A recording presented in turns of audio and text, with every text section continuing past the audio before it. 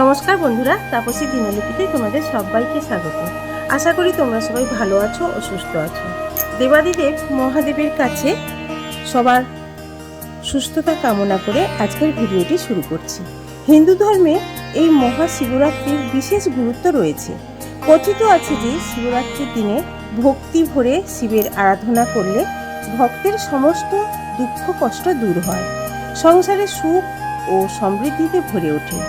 এই দিনে ভগবান শিব ও মা পার্বতীর পুজো করলে ভোলানাথের আশীর্বাদ পাওয়া যায়।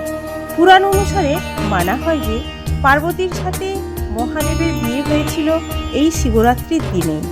আবার অন্যদিকে মনে করা হয় যে এই শিবরাত্রির দিন শিবকে স্বপ্নে পেয়েছিলেন পার্বতী। নারী এবং পুরুষ নির্বিশেষে শিবরাত্রি পুজো করে থাকেন। এখন জেনে নেব শিবরাত্রির সময়সূচি। বাংলা 24শে ফাল্গুন 1430, ইংরেজির 8ই মার্চ 2024 শুক্রবার শ্রী শ্রী শিবরাত্রি ব্রত ও পূজা, শ্রী শ্রী শিবরাত্রি ব্রতোপবাস।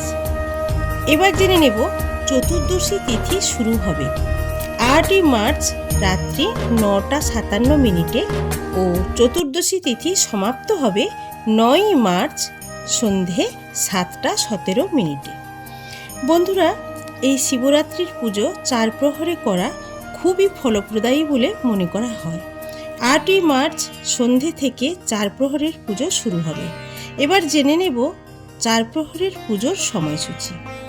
প্রথম প্রহরের পুজো সন্ধ্যা 6টা 25 মিনিট থেকে রাত 9টা 28 মিনিট পর্যন্ত।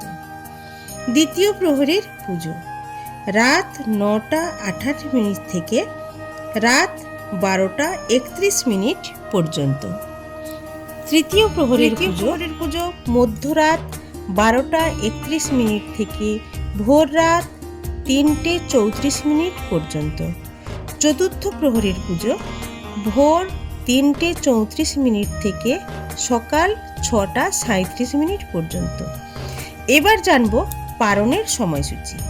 25শে ফাল্গুন 1430 এবং 9ই মার্চ 2024 শনিবার পূর্বাহ্ন 9টা 51 মধ্যে। বন্ধুরা, এবার জেনে নেব শিবরাত্রি ব্রত পুজো করতে কি কি উপকরণ লাগে। প্রথমে ওই দিন শিবলিঙ্গে ভস্য লেপন করতে হয়, তাই আমি প্রথমে এই একটা ছোট্ট বাটিতে ভস্য নিয়ে নিয়েছি। তারপর পঞ্চামৃত অভিষেক করাতে হয়। পঞ্চামৃত অভিষেকের জন্য যে যে উপকরণগুলো লাগে সেগুলো দেখো।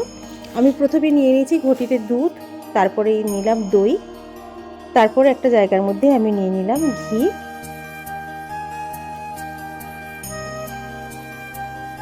এবার আমি একটা বাটিতে নিলাম মধু, এবারে আমি নিয়ে নেব একটা বাটিতে শর্করা বা চিনি। এইগুলো একসঙ্গে মিশিয়ে আমি পঞ্চামৃত প্রস্তুত করে নেব। ওদিন পঞ্চামৃত প্রস্তুত করে শিবলিঙ্গকে অভিষেক বা স্নান করাতে হয়। এটা শিবরাত্রির দিন অবশ্যই করে করাতে হয়। এই দেখো, এই প্রত্যেকটা জিনিস এগুলো একসঙ্গে নিয়ে প্রথমে ভস্য লেপন করানোর পর পঞ্চামৃত একসঙ্গে প্রস্তুত করে নিয়ে পঞ্চামৃত অভিষেক করানো হয়। তারপর একটি পাত্রে, আমি পিতলের পাত্রে নিয়ে নিয়েছি শুদ্ধ জল দিয়ে তারপরে আবার শিবলিঙ্গে স্নান করাতে হয়। তো শুদ্ধ জল তৈরি করব। অগরু নিয়েছি, শুদ্ধ জলটাকে একটু সুগন্ধি করার জন্য অগরু নিয়েছি, আর গোলাপ জল নিলাম। গোলাপ জল, অগরু আর এই শুদ্ধ জল একসঙ্গে দিয়ে, গঙ্গা জল দিয়ে একসঙ্গে দিয়ে আমি এটা তারপরে আবার শিবলিঙ্গে স্নান করাতে হয়। এইভাবে প্রত্যেকটা জিনিস গুছিয়ে একটা জায়গায় নিলে, এটা গঙ্গা জল গুছিয়ে যদি আমরা একসঙ্গে করে নিই তাহলে কিন্তু পুজোর দিনে কোনো অসুবিধে হবে না।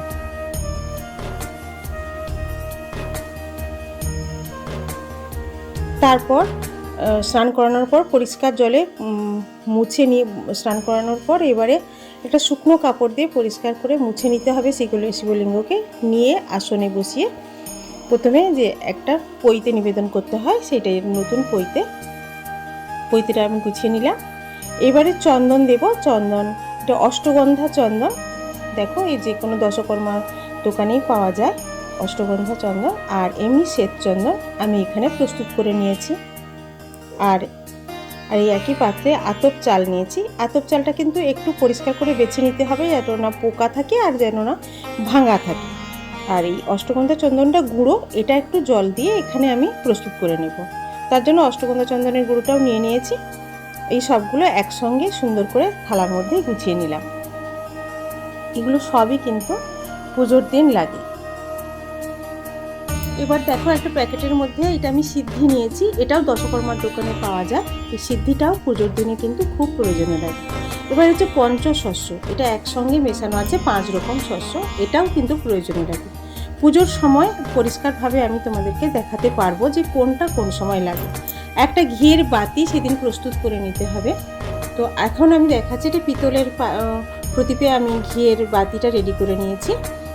তো সেটা মাটির প্রদীপে দিলেও হয়, মাটির প্রদীপেও দেওয়া যায়। মাটির প্রদীপটা নতুন সেদিন জ্বালানো খুব শুভ বলে মানা হয়। আর যে কোনো মন্দিরে পুজো করতে গেলে এই থালা এইভাবে সাজিয়ে নিয়ে গেলে সুবিধে। আর এই যে মাটির প্রদীপ, এটাও জ্বালাতে হয় সেদিন। তো মাটির প্রদীপটা তখন, আর এই কুমণ্ডলুতে জল নিয়ে শিবের মাথায় ঢালতে হয়, তাই কুমণ্ডলুটাও আমি গুছিয়ে নিলাম পাত্রে একসঙ্গে। তো যদি শিবলিঙ্গ রোজ কারোর বাড়িতে পুজো করা হয় বা তোমরা করে থাকো, তাহলে বাড়িতে আগে অবশ্যই করে শিবলিঙ্গের পুজো দিয়ে তারপর মন্দিরে যেতে হবে। ফুলের মধ্যে আগে আমি আকন্দ ফুলের মালা নিয়েছি, এটা খুবই প্রয়োজন, সেদিনে কিন্তু এটা দিতেই হয়। আর ধুতরা ফুল, দেখো ধুতরা ফুলও আমি গুছিয়ে নিয়েছি। এই ফুলগুলো অবশ্যই করে সেদিন লাগে, কারণ দেবাদিদেব মহাদেবের প্রিয় ফুলগুলি এগুলো।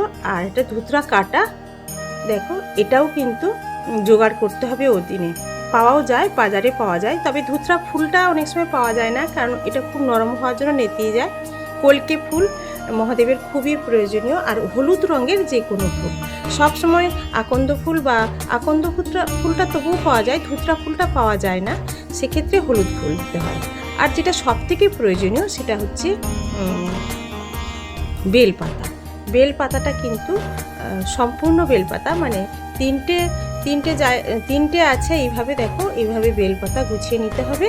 এবং বেলপাতার এই যে বোটাটা একটুখানি কেটে দিতে হবে। আর লাগবে দূর্বা, তাই এগুলো আমি সুন্দর করে একসঙ্গে গুছিয়ে নিয়েছি। এরপর চলে যাচ্ছি আমরা, ফুল এবং প্রয়োজনীয় সামগ্রীগুলি নেওয়া হলো। এরপরে চলে যাব যেগুলো ভোগ নিবেদন করতে হয়। শিব ঠাকুরকে কিন্তু কাটা ফল দেওয়া যায় না, গোটা ফলই দিতে হয়, নিবেদন করতে হয়। তো গোটা ফলের মধ্যে অবশ্যই সেদিনের জন্য একটা বেল রাখতে হয়, পাকা বেল। তো বেলটা সেদিন কিন্তু অবশ্যই রাখার সবাই চেষ্টা করবে সেদিন অবশ্যই করে। আর এই সময় বেল এমনি পাওয়াও যাচ্ছে বাজারে, কোনো অসুবিধে হবে না। গোটা ফল এইভাবে, আর মিষ্টি একটি পাত্রে গুছিয়ে নিতে হবে। আর তার সঙ্গে একটা 16 আনা বা 1 টাকার কয়েন, সেটাও গুছিয়ে নিতে হবে।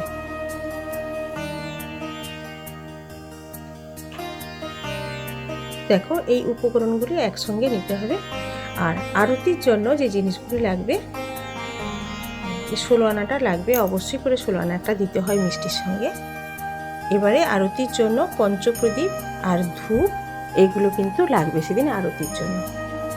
বন্ধুরা, এতক্ষণ তোমরা দেখলে যে শিবরাত্রি ব্রত পালনের জন্য বা পুজোর জন্য যে সামগ্রীগুলি লাগে, সেগুলো আমি একসঙ্গে করে সুন্দর করে একটা পাত্রে, কয়েকটা পাত্রের মধ্যে গুছিয়ে নিয়েছি। তো কোনো মন্দিরে পুজো করতে গেলেও বাড়ির পুজোটা আগে অবশ্যই করতে হবে, বাড়িতে যদি শিবলিঙ্গ থাকে। তো সেখানে পুজো দেওয়ার পর এইভাবে গুছিয়ে নিয়ে মন্দিরে যাওয়া উচিত। তো আজকে এতক্ষণে তোমরা দেখলে এই ভিডিওটি যদি তোমাদের ভালো লেগে থাকে, তাহলে অবশ্যই আমাকে লাইক দিও। আর সাবস্ক্রাইব এখনও যারা করনি, করে আমার সঙ্গে থাকার জন্য অনুরোধ রইল। আজ এই পর্যন্ত।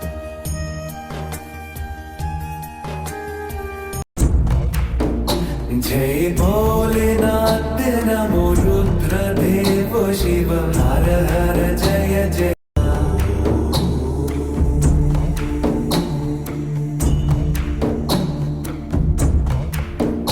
ओम शिव शंकरा,